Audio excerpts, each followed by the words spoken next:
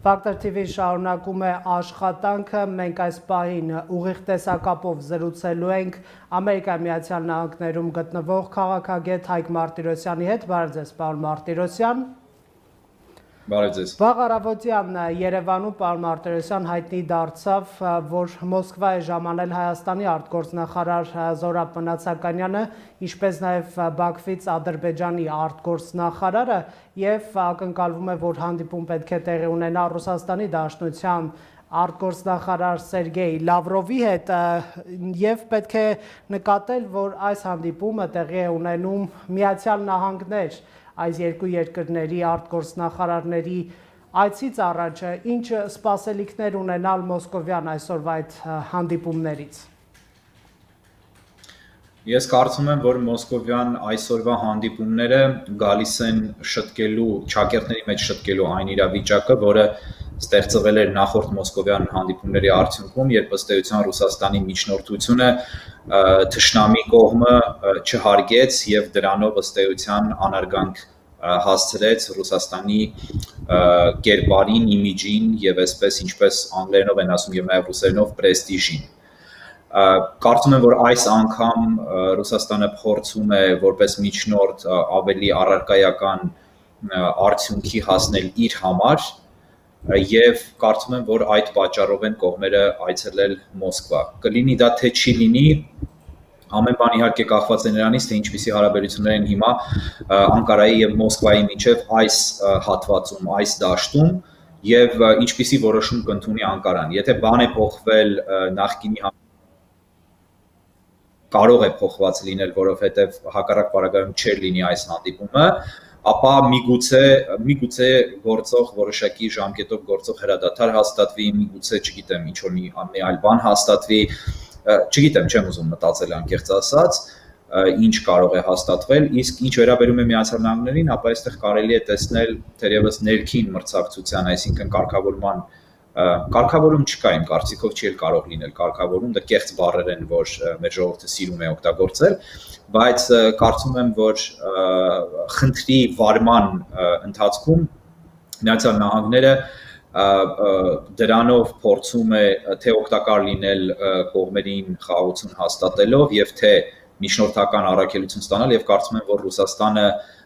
դարձյալ մրցավազքի մեջ գտնվելով Ամերիկայի Միացյալ Նահանգների հետ փորձում է Միացյալ Նահանգներից առաջ որևէ արդյունք արձանագրել։ Ինչպիսի արդյունք, ինչ շատ դժվար է ասել, չգիտեմ, կիմանանք հանդիպումից հետո։ Պարոն Մարտիրոսյան, ինքներդ հիշեցրիք, որ փաստորեն Ադրբեջանը նախորդ հրադադարներից հետո չէր պահպանում ձեռքբերված պայմանավորվածությունները, ինչը կարող է նրան ստիպել այս անգամ ինչ-որ պայմանավորվածությունների գալ, նկատի ունենք թեկուզ հումանիտար հրադադարը եւ պահպանել, ինչ կարող է փոխված լինել այս պարագայում։ Երկու հանգամանք, առաջինը դա ռազմական կոմպոնենտն է, մենք տեսնում ենք Հայաստանի Հանրապետության Պաշտպանության նախարարության պաշտոնական եւ նաեւ Արցախի պաշտպանության բանակի պաշտոնական հայտարարություններից, որ տեղի ունեցել հակահարձակում եւ բավական հաջող է եղել, գիտենք, որ տվել ադրբեջանցիները, թողել են դիակները եւ փախել են հարավային ուղղությունում, այդքանը հայտնի է պաշտոնական տեղեկատվությունից։ Հիմա վերլուծելով դա, արդեն իհարկե պարզ է դառնում, որ շատ լավ տերմին կա անգլերենում momentum, այսինքն պահը, կարևոր բեկումնային պահը թերևս սկսել է գործել արդեն Հայաստանի օգտին եւ ակնհայտ է, որ այս հակահարձակումը բավական մեծ նշանակություն կարող է ունենալ ընդհանրապես պատերազմի ընթացքի համար։ Եթե Բաքվում գտնեն, որ իրենց ձեռք է տալիս, որպեսզի թեկուզ այսօրվա առավոտվա իրավիճակը պահպանվի եւ ամրագրվի, ապա բնականաբար Բաքվում փորձելու է գնալ որոշակի, այսպես դադարի, որոշակի միգուցե ժամանակավոր կամ ավելի երկարաժամկետ կոնսերվացման խնդրի, շատ դժվար է ասել։ Սա ռազմական առումով։ Երկրորդը քաղաքական առումով հասկանում ենք, տեսնում ենք, գիտենք, որ այս պատերազմում Ադրբեջանի ոչ միայն փաստաբանի, այլև Ադրբեջանը ըստ էության կառավարվում է Անկարայից։ Եվ շատ կարևոր է այս հարցում Անկարայի դիրքորոշումը Ադրբեջանի վարքագիծը հասկանալու համար։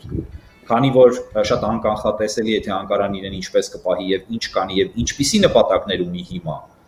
այստեղ սպեկուլյացիաներ անել եւ կռահումներ անել կարծում եմ տեղին չէ։ Պետք է հասկանանք, ինչպես արդեն ասացի, վաղօրոք, թե ինչ է որոշվել Թուրքիայի եւ Ռուսաստանի միջեւ, այդ թուրքական կողմի մտքում ինչ կա եւ ընդհանրապես ինչ է սեղանին դրված, որովհետեւ ես չեմ բացառում, որ տեսականորեն ամեն բան հնարավոր է, որ ոչ միայն հրադադար եւ զինադադար քննարկվի, այլև քննարկվի այլ ինչ-որ մի բան, քանի որ շատ գաղտնի է ամեն ինչ արվում եւ գոնե Հայաստանում որևէ մեկը տեղյակ չէ թե ինչ է, նույնն էլ կարծում եմ Ադրբեջանում է, ինչ է կատարվում, կռահումներ անելը դառնում է գրեթե անհնար։ Պարոն Մարտիրոսյան, ռուսական ՏԱՍՍ լրատվամիջոցի եթերում Իլհամ Ալիևը եւ Նիկոլ Փաշինյանը հայտարարեցին, որ պատրաստ են հանդիպել Մոսկվայում դեմ առ դեմ, փաստացի ստացվել է այնպես, որ այս հայտարարությանը հաջորդում է Հայաստանի եւ Ադրբեջանի արտգործնախարարների այցը Մոսկվա, ինչ է կարծում մոտ ապագայում այդպիսի հանդիպում հնարավոր է եւ ինչ օրակարգով կարող են այս երկու երկրների ղեկավարները հանդիպել,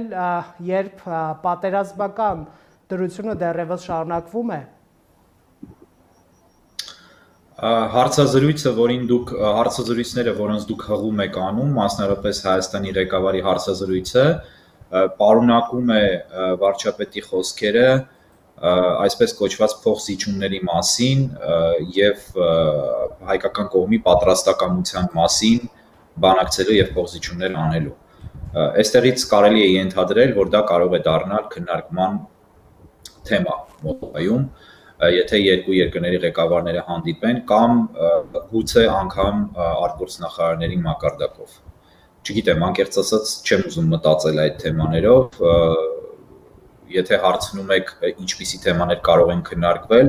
կարծում եմ, որ երկու թեմա, առաջինը հրադադար կամ զինադադար եւ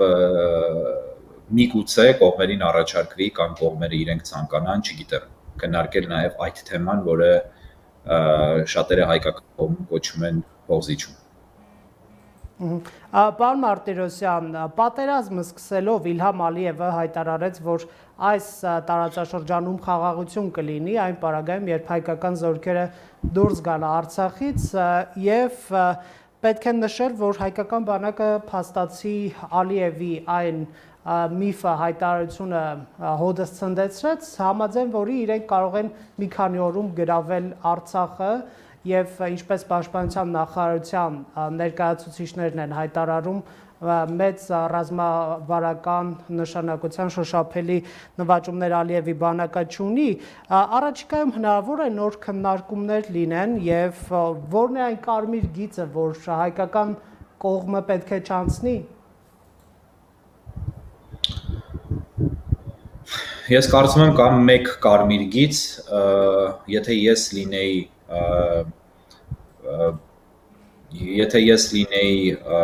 այն դեմքերից մեկը, որը Հայաստանի անունից պետք է բանակցեր կամ բանակցեր, չգիտեմ, անկեղծ ասած շատ բարդ է ասելը լրատվամիջոցի եթերում, բայց ես կարծում եմ, որ կարմիր գիծը բանակցություններն են ընդհանրապես։ Եթե անձամբ իմ կարծիքն եք ուզում հարցնել, ես երբևէ ցեղասպանող իմ զինվորների կյանքեր է խլել անտեղի տեղը, որը ցեղասպանական օրակարգ ունի եւ որի հետ որևէ բանակցություն երբևէ որևէ արդյունք չի տալու, որի նպատակն է ոչնչացնելը եւ եթե հիմա ակնհայտորեն չի հաջողվում, ապա ինքը անպայման կրկին նորից փորձելու է, երբ կարողանա եւ երբ հնարավորություն ունենա, անձամբ ինձ համար այդ կարմիր գիծը կլիներ դա, որpիսի ես ընդհանրապես չնստեի խոսելու եւ խնդիրը փակեի։ Դրանից բացի այլ կարմիր գծեր անձամբ ես չեմ տեսնում։ Գուցե այլոք տեսնում են, բայց ես չեմ տեսնում։ Այլոք օրինակ կարմիր գիծ են համարում 7 կամ 5 տարածքների հանձնումը Ադրբեջանին, ընդհանրապես Արցախի կարգավիճակը կասկածի տակ դնելը, այսպիսի հարցեր կարող են քննարկվել առաջիկայում։ Ինչ է նշանակում Արցախի հարցը կասկածի տակ դնել, թող դնեն կասկածի տակ, որքան ուզում են, թող դնեն կասկածի տակ եւ ով ուզում է։ Ինչ կարեւոր է կասկածի տակ դնում են թե ոչ։ Արցախը Հայաստան է եւ վերջ, Արցախը Հայաստանի մաս է, եւ թե ով կասկածի տակ է դնում, ով կճանաչի, ով չի ճանաչի, իմ խորին համոզմամբ հայերը պետք է դրա վրա թքած ունենան։ Եվ գիտեք, ասեմ, որ աշխարհում կան բազում տասնյակ կոնֆլիկտներ, որոնք ուղղակի սառած վիճակում են եւ որևէ մեկը անգամ չի ձգտում կարգավորել։ Ես չգիտեմ, թե 30 տարի շարունակ մեր հասարակությունը ինչու է անընդհատ մտածել, որ անպայման պետք է Արցախի հարցը կարգավորվի, անկեղծ ասած գիտեմ, իմ համոզմամբ դա Լևոն Տեր-Պետրոսյանի գաղափարն էր, որ պետք է հաշտեցման գնալ եւ քիրվայություն անել ադրբեջանցիների եւ թուրքերի հետ, նաեւ դա Սերժ Սարգսյանի գաղափարն էր, որը 2009 թվականին հայ-թուրքական արձանագրությունների խայտառակ գործընթացը նախաձեռնեց եւ տապալեցին թուրքերը, որովհետեւ հայկական կողմում այն ժամանակ ուղակի ուղեղ չունեին, որ հասկանային, որ դա կորզանարար է Հայաստանի համար, եւ սա ցույց է տալիս, որ մենք տասնամյակներ շարունակ ունեցել ենք շատ մոլորյալ մտածողություն, որ այս խնդիրը պետք է ճակերտների մեջ կարգավորել։ Իսկ որևէ մեկը մտածում է, որ կարելի է եւ ընդհանրապես չկարգավորել, կարգավորում ուղղակի ռազմական հաղթանակ ապահովելը եւ դրանով խնդիրը փակելն է։ Եթե մեկը ինձ կապացուցի, որ հյուսիսային եւ հարավային Կորեաները բանակցում են ինչ-որ թեմայի շուրջ, ինչ որ փոքրիկ թեմաների շուրջ, այո, քննարկում են, բանակցում են եւ այլն, ընտանիքներ են այցելում իրար երբեմն, բայց կորեական խնդիրը ընդհանրապես լուծված չէ, դա շատ լուրջ խնդիր է։ Կուրիլների խնդիր ունի Ռուսաստանը Ճապոնիայի հետ եւ ընդհանրապես բանակցություններ չկան։ Մերձդնեստրում նախկին խորհրդային միության տարածքում Մոլդովա, Ռուսաստան հատվածում չկան ընդհանրապես բանակցություններ, այսինքն ինչ բանակցությունների մասին է խոսքը։ Չկարգավորված խնդիր ունենալը պետք է հայ ժողովուրդը հասկանա, որ նորմալ է, ամենևին հայ ժողովուրդը ունի այլևս Մինսկի խմբի, որովհետև խմբի առաքելությունը տապալված է։ Իմ կարծիքով հայ ժողովուրդը ընդհանրապես կարիք չունի այս խնդիրը կարգավորելու, որովհետև սա անկարգավորելի խնդիր է։ Եվ ինչպես էլ որ դրսի քաղաքական գործիչները անընդհատ գեղեցիկ ստանդարտ շաբլոն արտահայտություններ անեն, որ այս խնդիրը չունի ռազմական լուծում, ունի քաղաքական լուծում, դա ուղղակի կատարյալ հիմարություն է, որովհետև հենց հիմա ընթանում է կոնկրետ ռազմական լուծում։ Եվ պետք է անել այնպես, որպեսզի հայկական կողմը ռազմական լուծմամբ խնդիրը լուծի իր համար եւ համարի ավարտած։ Ես անկեղծ ասեմ, այն process-ը, որի մեջ Հայաստանը եղել է 30 տարի, ծայրահեղ, այսպես անհավատալի անուղեղության է ձգում, որովհետեւ ես չեմ պատկերացնում մեկ այլ դեպք քաղաքական պատմության մեջ եւ պատմության մեջ, երբ երկիրը պատերազմում է, ազատագրում է իր տարածքները եւ հետո նստում է թշնամու հետ, փորձում է թշնամուն համոզել եւ ստիպել ճանաչել իր սուվերենությունը կամ իր մի տարածքի պոկումը անկախ կարգավիճակով ընդդեմ կամ փոխարեն այդ իր ազատագրած մնացած տարածքների։ Դա абսուրդի գագաթնակետն է, որը իհարկե Հայաստանի առաջին անկախ երրորդ հանրապետության առաջին իշխանությունների ռեժիմի գաղափարն է։ Եվ սա մնացել է մեր ժողովրդի մեջ, այդ պատճառով մեր բազում քաղաքացիներ ուղղակի չեն էլ պատկերացնում, որ կարող է լինել այլ տարբերակ։ Բայց հավատացեք, այլ տարբերակը դա ստատուս քվոն է, դա իրական իրավիճակն է։ Հիշեցնեմ եւս մի կոնֆլիկտ, Կիպրոսում Հյուսիսային Կիպրոսի թուրքերը ընդհանրապես չեն բանակցում, իսկական Կիպրոսի հետ, Կիպրոսի հանրապետության հետ չկան բանակցություններ, կոնֆլիկտը սառեցված են տասնյակ, գուցե հարյուրավոր կոնֆլիկտներ։ Այսպես անպայմանորեն թշնամուց ինչ որ բան ստանալու եւ նրան ճակերտների մեջ կաշառելու դիմաց գաղափարը դա զուտ հայկական գաղափար է եւ կարծում եմ, որ այս պատերազմը մեզ բոլորիս որպես հայաստանցիներ, որպես հայեր աշխարհով մեկ սփռված նաեւ հայրին է վերաբերում, կսթափեցնի եւ մենք կհասկանանք, որ դա ճանապարհ չէ, որ դա մեզ լավ տեղ չի տանում։ Սա իմ անձնական կարծիքն է։ Հասկանալի է ձեր տեսակետը, պարոն Մարտիրոսյան, բայց այնուամենայնիվ կան գերտերություններ, կան խոշոր խաղացողներ, Ռուսաստանի Դաշնություն, Միացյալ Նահանգներ, Ֆրանսիա կամ Եվրամիություն, որոնք հետաքրքրված են այս կոնֆլիկտով, մի մասը միգուցե հետաքրքրված է չլուծմամբ, մի մասը հետաքրքրված է լուծմամբ, ձեր գնահատմամբ գերտերությունների շահերը Արցախի հարցում համընկնում են, թե չեն համընկնում, նկատի ունեմ Միացյալ Նահանգներ, Ռուսաստանի Դաշնություն, Ֆրանսիա, այսինքն Մինսկի խմբի համանախագահությունը։ Իհարկե Միացյալ Նահանգների, Ֆրանսիայի եւ Ռուսաստանի շահերը միմյանց հետ չեն համընկնում, բայց հիմնականում Ֆրանսիայի եւ Միացյալ Նահանգների շահերը ըստ ֆրանսիական եւ ամերիկյան կողմերի հայացքների համընկնում են հայկական շահերի հետ, բայց այստեղ կա մի բացառություն։ Քանի որ Հայաստանը 30 տարի առաջ դեռևս կամ 26 տարի առաջ հրաժարվել է հայտարարել Արցախը եւ ազատագրված այսպես կոչված 7 շրջանները, որոնք նույնպես Արցախի մաս են իրականում, Հայաստանի սուվերեն տարածք, իսկ դրա միջազգային բոլոր փաստաթղթերով իրավական իրավունքը մենք ունենք, որովհետեւ դա ազգերի լիգայով ճանաչված Հայաստանի առաջին հանրապետության մաս է եղել, ընդհանրապես Հայաստանի առաջին հանրապետության մաս է եղել, եւ քանի որ մենք Արցախի իրավական կարգավիճակի հաշվարկը սկսում ենք Կավբյուրոյի ստալինյան ապօրինի որոշումից սկսած եւ այդտեղից արդեն բխեցնում ենք նաեւ ազգերի ինքնորոշման պահը, փոխանակ ինքներս առաջ մղելու տարածքային ամբողջականության խնդիրը Հայաստանի Հանրապետության, դրա արդյունքում որևէ այլ պետություն մեր մեղքի, մեր տասնամյակներ առաջ հիմնադրված մեղքի պատճառով որևէ պետություն այդ տարածքները չի ճանաչում Հայաստանի Հանրապետության տարածք, դրա համար մենք խնդիր ունենք։ Բայց եթե մենք այդ խնդիրը լուծեինք, միանշանակորեն Ֆրանսիայի եւ Միացյալ Նահանգների շահերը համընկնում են Հայաստանի հետ, ես համոզված եմ, որ նաեւ Ռուսաստանի շահերն են համընկնում Հայաստանի շահերի հետ, թեև Ռուսաստանը փորձում է որոշակի բալանս պահել, բայց կարծում եմ այս պատերազմում հստակ պարզ դարձավ, որ Ռուսաստանը թերևս այլևս չպետք է բալանս պահի, որովհետեւ Ադրբեջանը կորսված է Ռուսաստանի համար, Ադրբեջանը դե ֆակտո դառնում է Թուրքիայի մաս։ Եվ այս իրավիճակում բոլոր այդ 3 պետություններին ձեռնտու է զսպել Թուրքիայի էքսպանսիան եւ Թուրքիայի խոշորացումը մեծ Թուրանի կազմավորման առաջին ռեալ քայլը, եթե Հայաստանին ինչ որ բան պատահի այս պատերազմում։ Ես վստահ եմ, որ որևէ բան չի պատահի Հայաստանին, այսինքն մենք պատվով եւ հաղթանակած դուրս կգանք այս պատերազմից, բայց պիտի հասկանանք, որ եթե մենք փոխենք ողջ գաղափարախոսությունը եւ տեսնենք, որ հասարակության մեջ այդ գաղափարները կան եւ կարողանանք հրաժարվել քաղաքական տրադիցիայից, որը եղել է մշտապես վերջին տասնամյակների ընթացքում, ապա այդ երկրները իրենց շահերի գաղափարական համընկնումը նաեւ պրակտիկ գործնական եւ գործառական դաշտում կսկսեն իրականացնել ըստ էության պաշտպանելով Հայաստանի շահերը։ Թուրքիայի գործողությունների եւ մտադրությունների դեմ կասարսափելի լարում ինչպես Ֆրանսիայում, այնպես Ռուսաստանի Դաշնությունում, այնպես Միացյալ Նահանգներում։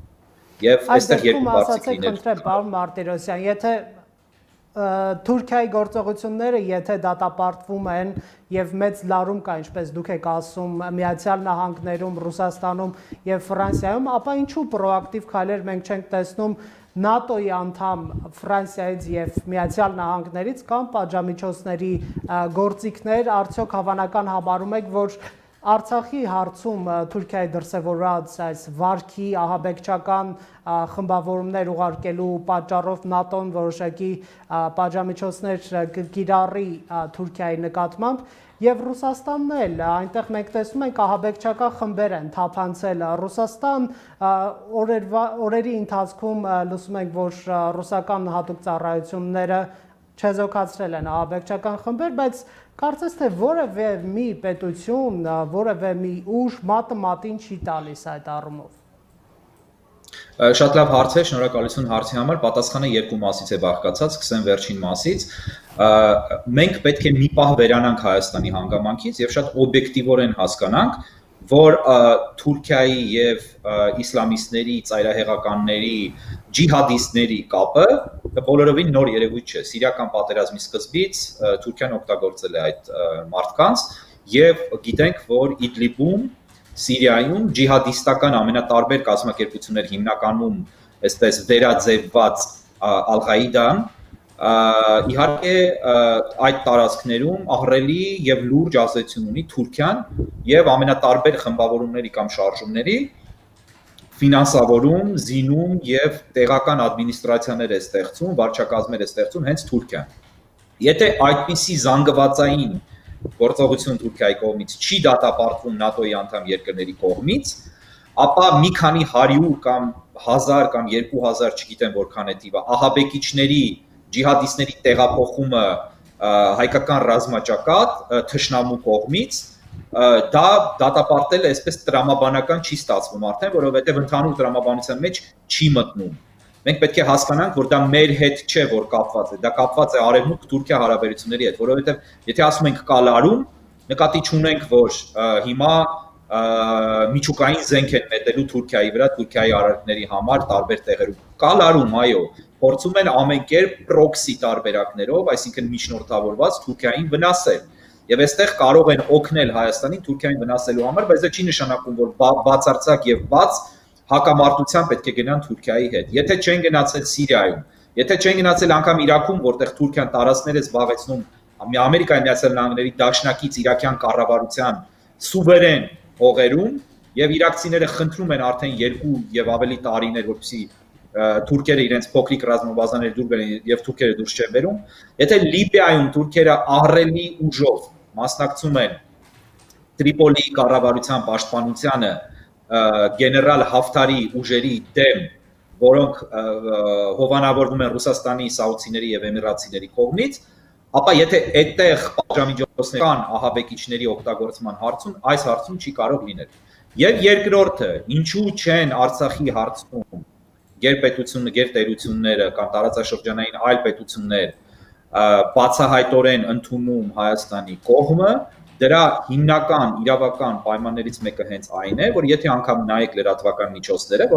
լրատվական եթերները միջազգային, որոնցից հայերը շատ նեղանում են առանց հասկանալու պատճառները օբյեկտիվորեն, իհարկե վատ բան է, իհարկե սխալ բան է, բայց օբյեկտիվորեն պիտի հասկանանք, թե ինչու են այդպես ասում։ Բոլորը ասում են,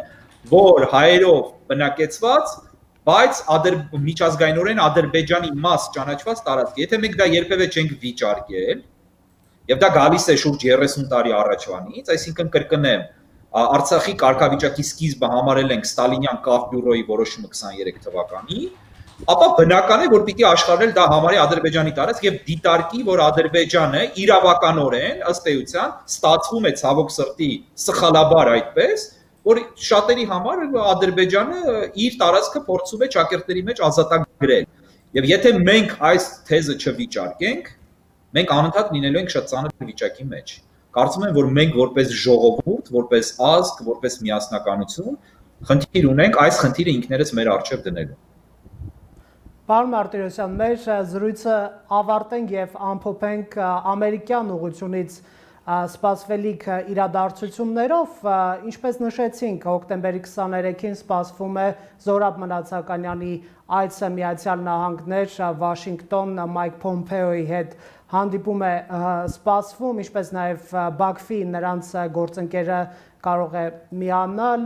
եւ գիտենք նաև, որ Միացյալ Նահանգների ներկայացուցիչների պալատ է ներկայացվել Արցախի անկախությունը ճանաչելու մասին բանաձև հեղինակը Գրես Նապոլիտանոն նշում է, որ պատմականորեն հաստատված է, որ Արցախը պատկանել է Հայաստանին, տեղեկացնում է Ադրբեջանի, Թուրքիայի խմբավոր այս ահաբեկչական խմբավորների միջոցով ռազմական գործողությունների մասին, ինչ ենք սպասում Ամերիկայից։ Քանի տասնամյակ ենք մենք սպասել ամերիկյան օրենսդրի կողմից ցեղասպանության ճանաչումը ընդունելուն։ Եվ չնայած դրան նախագահը այնուամենայնիվ ցեղասպանություն բառը չարտասանեց եւ դա վերաբերում է ցեղասպանության, այսինքն հումանիտար, բացառիկ հումանիտար թեմայի,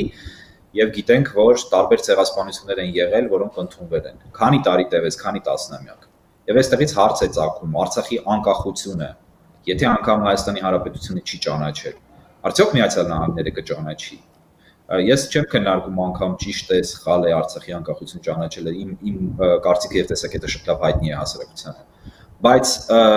լավ ներկայացրել է օրինագիծ, այդպիսի օրինագիծեր 100,000-ներով ներկայացվել են տարբեր բնույթի օրինագիծը ներկայացվել է։ Ուրեմն ինչ սպասենք, ոչինչ էլ պետք չի սպասել։ Եթե կան մարդիկ, որոնք կարծում են, որ Միացյալ Նահանգները հիմա կճանաչի կամ երբևէ կճանաչի Արցախի անկախությունը, ապա ինչպես անգլերենում են ասում, good luck with that։ Բարի ճանապարհ այդ գաղափարներին, տեսնենք ուր կհասնեն։ Իրադրությունը մի փոքր տարբերվում է այն իմաստով, որ Մայք Պոմպեոյի հայտարարությունը եղավ, որ հույս հայտնեց հայերը այսպես կդիմադրեն ադրբեջանցիների արածի դեմ եւ ինչպես նաեւ Թուրքիայի ագրեսիվ գործողություններն էր փաստում ԱՄՆ պետքարտուղարը եւ դա հայամետ դիրքորոշում համարվեց Հայաստանում։ Դա ուղղակի հայամետ ազդակ է, բայց դա դիրքորոշում չէ, որովհետեւ այդպիսի դիրքորոշումներ 10 անգամ ավելի լավ, 10 անգամ ավելի ուժեղ, իհարկե ոչ այս կոնֆլիկտի հետ կապված, արտահայտվել են Հայաստանի եւ Ադրբեջանի հասցեին։ Պետք է հասկանալ կոնկրետ Թրամփյան սպիտակ տան եւ Թրամփյան պետդեպարտամենտի ղեկավարության, որովհետեւ ոչ պետդեպարտամենտը չի այդպես մտածում, մոտեցումները եւ վարքագիծը։ Դրա համար պետք է իմանալ Ամերիկայի քաղաքականությունը շատ լավ եւ խորությամբ։ Եվ դա մի վարչակազմ է, որտեղ գեղեցիկ բառեր Թրամփի ոճով, դեռևս իր բիզնեսմեն եղած տարիներից անընդհատ շռայլվում են։ Եթե ես ձեզ հիշեցնեմ Հյուսիսային Կորեայի առաջնորդի հասցեին արված այսպես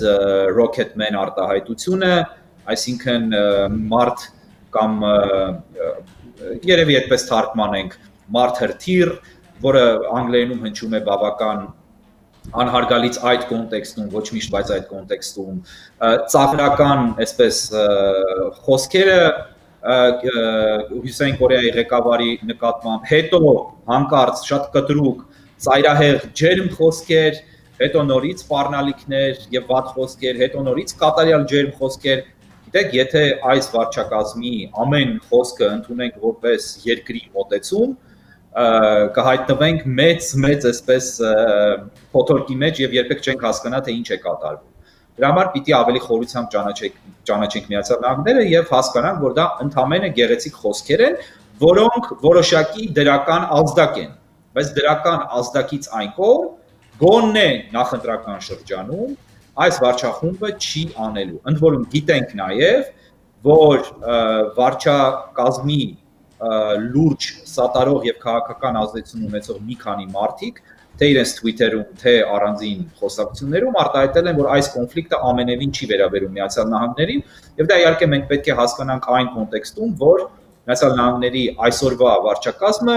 իզոլյացիոնիստ է, այսինքն մեկուսացողական է եւ մեկուսացրել է Միացյալ Նահանգներին արտաքին ակտիվ քաղաքականություն վարելու գծից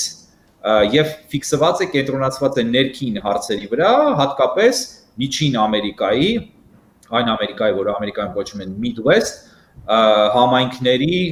շահերը սպասարկելուն, նրանց դուր գալուն եւ նկատի ունենանք նաեւ, որ սա նախընտրական ծայրահեղ բարդ շրջան է, այսպիսի նախընտրական արշավ երբևէ Միացյալ Նահանգների պատմության մեջ չի եղել, այսպիսի լարում չի եղել եւ այսպիսի արդյունքներ էլ որևէ տեղ չեն ակնկալվում։ Ակնկալվում է բավական քաոտիկ հետընտրական շրջան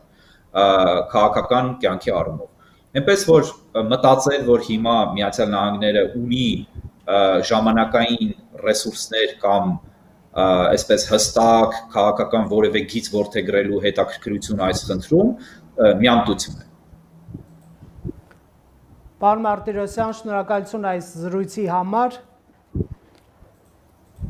Ես եմ շնորհակալ։ Ուղիղ տեսակապով Factor TV հարցերին պատասխանում էր այս պայն Միացյալ Նահանգներում գտնվող քաղաքագետ Հայկ Մարտիրոսյանը։